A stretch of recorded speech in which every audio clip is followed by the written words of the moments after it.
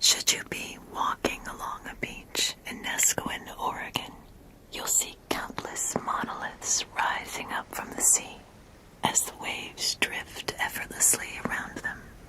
Mists in the distance hide some from view.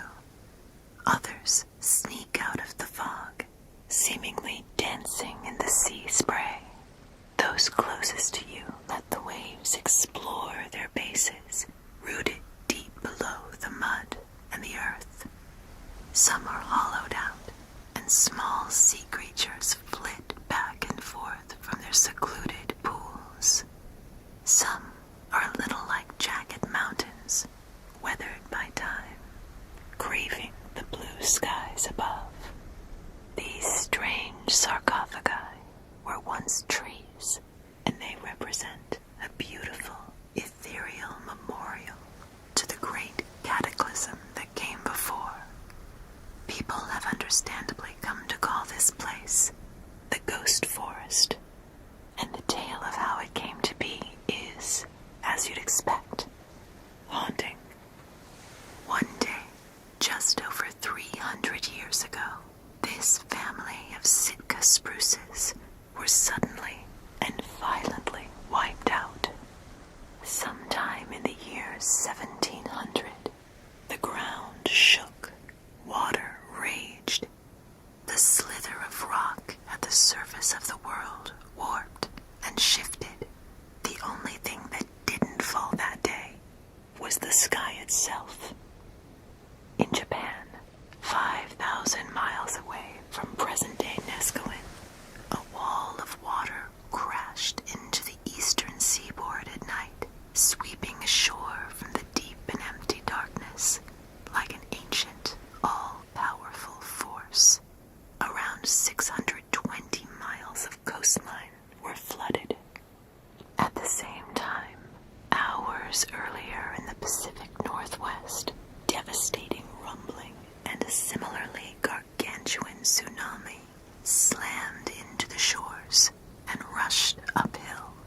Earth's tectonic plates are like jigsaw pieces, constantly bumping against, running away, or grating alongside each other. Forests, among other things, sometimes sit at the top of continental plates, which themselves sit atop oceanic plates. Those dense, submerged plates can head toward the continental plates before sinking beneath them and falling into the annihilating conditions of the lower mantle. As those two titanic geological beasts clashed, stress built up as the downgoing doomed plate got increasingly stuck on the North American plate. Eventually, this caused the two plates to become bound together, and as the oceanic plate continued to descend, the overlying continental plate buckles backward. For centuries, the land and the forest rose upward. The seas receded, and for a moment, a blink in geological time, there is ascendancy. Then, when the stress became too much to bear, a cataclysm unfolds. The continental plate violently snapped back into its original position out into the sea. The earth shook as all that pent-up energy was suddenly unleashed. Like a gigantic slinky toy, the sea was pushed both outward into the Pacific Ocean toward Japan and back toward the Pacific Northwest coast at incredible speeds. Many trees at Neskowin were annihilated by the tsunami, and 2,000 years of natural history were obliterated. At least, that's how it looked at first. Not before long, the decapitated remains of the Sitka forests were smothered by mud, silt, and sand. It cut them off from the surface, from all the critters that would soon recolonize it, and from all the chemical and biological alchemy that would normally, over time, erode and annihilate the long-dead remains signs of life at the surface. Normal operations were interrupted, and the trees, at least what was left of them, remained preserved beneath this blanket of earth. Centuries passed. The Sitka forests, destroyed by the tsunami in the year 1700, were all but forgotten, even if the legends of the inexplicable tsunami in Japan and the thunderbird and the whale continued to be passed down. The winter of 1997 changed all that. Storms began to brew offshore of the Pacific Northwest, including near Neskowin. Powerful winds began to blow.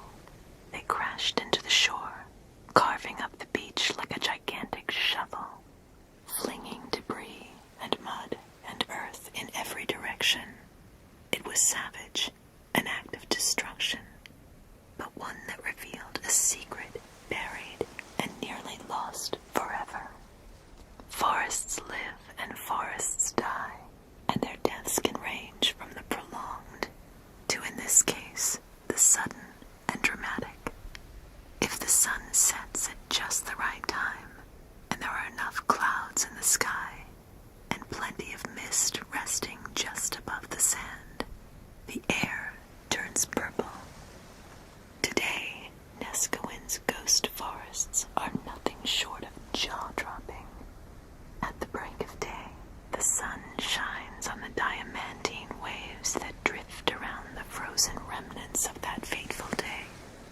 As the sea gently crashes into them, they remain silent, gazing up into the fires of our local star, or perhaps looking up at the billions of more distant stellar lighthouses